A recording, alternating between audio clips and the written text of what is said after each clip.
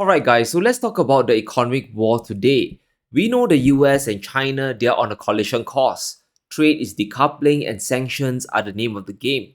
However, Beijing just made a bold move that is a multi-pronged attack on the US financial system. It looks innocuous and harmless at first glance. However, it threatens to shift investment money away from the West, and the big winners will be BRICS and China. A few weeks ago, China issued $2 billion worth of bonds in Riyadh, Saudi Arabia. So the Chinese government is looking to borrow money and they issued US dollar denominated bonds.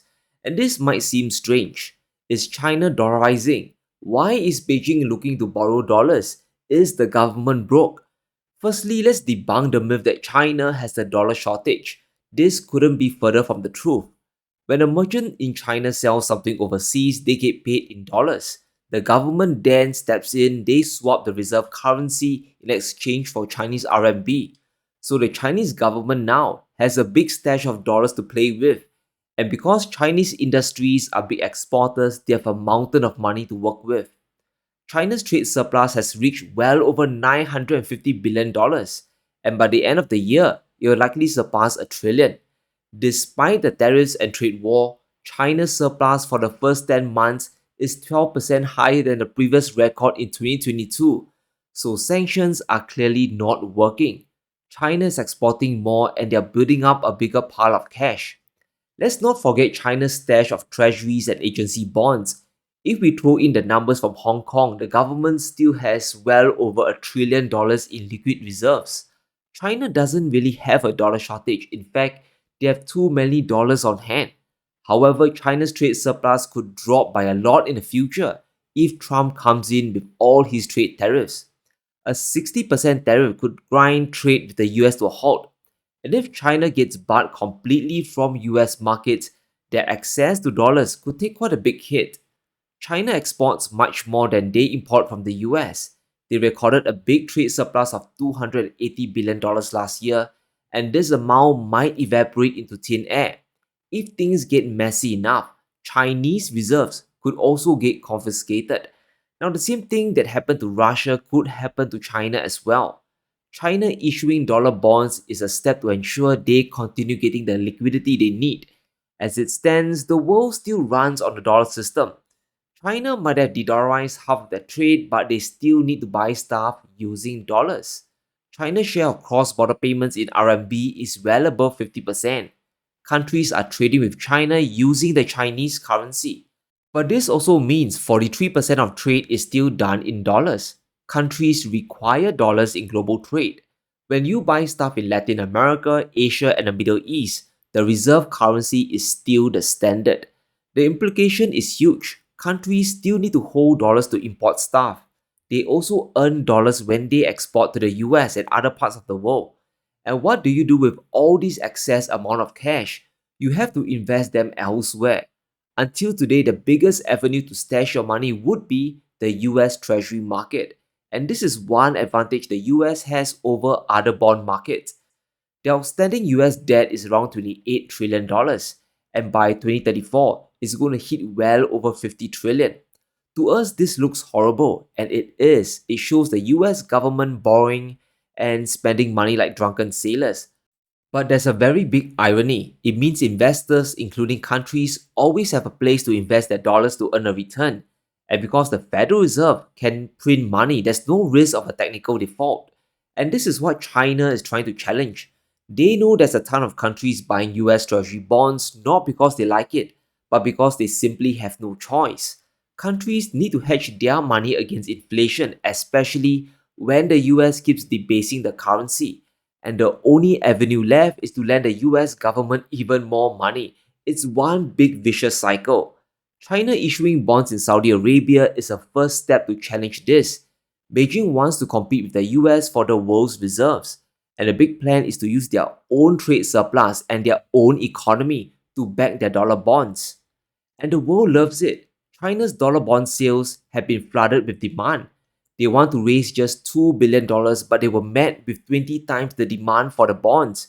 It's like selling one burger and 20 customers showing up to buy that one burger as well. And because of this, China can borrow money at almost the same rate as the US Treasury, as low as 1 basis points above the federal government's rate. And this is simply mind-boggling. It's incredible. Imagine that. Investors globally trust China as a creditor as much as the US. Despite the narrative, they realize that the Chinese economy is strong enough to pay back their debt. Now, China's weaponizing their trade surplus and export-based economy because they want to challenge the US Treasury system. They are telling the world, don't lend to Janet Yellen, lend to us instead. This, of course, is horrible news for the US. The entire economy is built on debt and deficits. Trump will need to borrow more money to run this house of cards. And China, well, they're going to make this more expensive. Here's how serious the borrowing will get. The October's deficit has jumped 4 times to $250 billion. Trump is going to inherit a disaster of an economy thanks to Joe Biden. And his own policies are going to drive the debt even higher, which means issuing a tsunami of bonds. Except China is now starting to compete for investor dollars. If Beijing decides to ramp up their bond issuance, this could throw the US economy off balance. Suddenly, yields will have to rise to make US paper more attractive. China can pay back their debt using the trade surplus, however, the US can't. The economy is running dual deficits both in trade and in the budget. The money will have to be borrowed into existence. The net interest cost on the national debt is already in crisis mode. Nearly $900 billion on the national debt this year alone. We will likely see this smash past $1 trillion in 2025. China's plan to deny the US of cheap liquidity is going to add pressure to the fiscal situation. Yields have no choice but to stay much more elevated than normal. Over the past 5 decades, the US has been depending more and more on foreign lenders. Washington is being financed by foreign money. In 1970, this was less than 5%, but just last year, it was nearly 30%. 8 trillion of US Treasury bonds are being held by foreign investors. And this includes countries like Japan and Saudi Arabia. It includes foreign banks and companies all over the world. Besides squeezing the US economy, China's strategy also revolves around building more friendships. China's expanding their ties with Saudi Arabia just beyond trade. The Saudis want to diversify their economy outside of oil. And by issuing their dollar bonds with Riyadh, Beijing is doing them a solid. They're helping to build a financial exchange in the kingdom away from US influence. And this is critical for Saudi Arabia, which is the world's biggest oil exporter, and it is a big threat to the petrodollar system. And it's critical to understand how and why. Firstly, China imports an incredible amount of oil from the Saudis, around $54 billion in 2023, and that's almost 84% of total imports from the kingdom alone, the majority of which is still done using the reserve currency US dollars. Shifting towards RMB is probably happening, but it's a big hot potato for the Saudis. It's unthinkable for them to announce it or ramp it up, especially when the Middle East is still on fire. China selling dollar bonds to Riyadh kind of settles this problem. Beijing has presented a new solution to MBS. You can still sell your oil in dollars and will gladly pay you in greenbacks. However, instead of recycling your dollars into US treasuries issued by Trump, buy our dollar bonds instead. Instead of trusting the credit worthiness of the US government, you can trust our industrial economy instead. And you can see how big of a spanner this is for US funding. It doesn't just apply to Saudi Arabia, it can extend to every other country that trades with China, and that's the whole world. China is creating their own ecosystem of US dollar trade. Beijing will lend dollars. They will also allow countries to store their dollar reserves with China by issuing bonds. So suddenly China has this big pool of dollars they can deploy and loan out to emerging markets, especially those within the Belt Road project. And for countries outside of the US, especially the Global South, this is important. They don't have to be at the mercy of the Federal Reserve rate hikes. In 2022, Powell hiked US interest rates by nearly 5%. It wreaked total havoc across the economy. We had multiple currency crises across the globe. Countries just didn't have enough dollars to conduct global trade. Things will only get worse in the decades to come.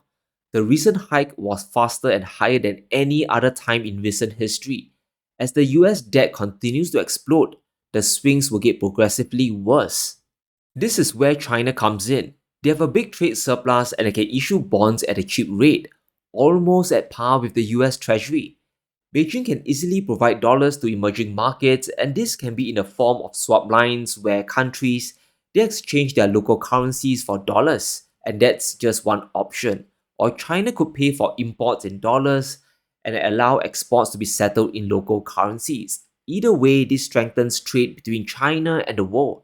So we must observe what they are doing in the financial markets. Beijing is beginning to use their trade surplus in a shocking way.